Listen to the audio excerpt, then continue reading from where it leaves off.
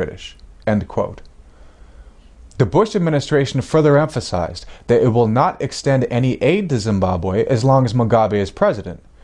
Presently, the nation is racked with economic instability, a worsening food crisis, and a deadly outbreak of cholera, all largely due to the decade-long genocidal sanctions and IMF conditionalities imposed on the nation, not, as the British Foreign Office insists, due to the leadership of that nation.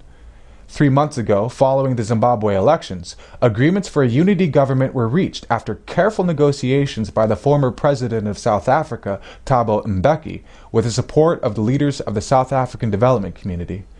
Now, the United States is playing a leading role in an otherwise British Commonwealth grouping of the United Kingdom, Australia, Canada, and France, calling for the ouster of Robert Mugabe and overriding the sovereign agreement of the African nations.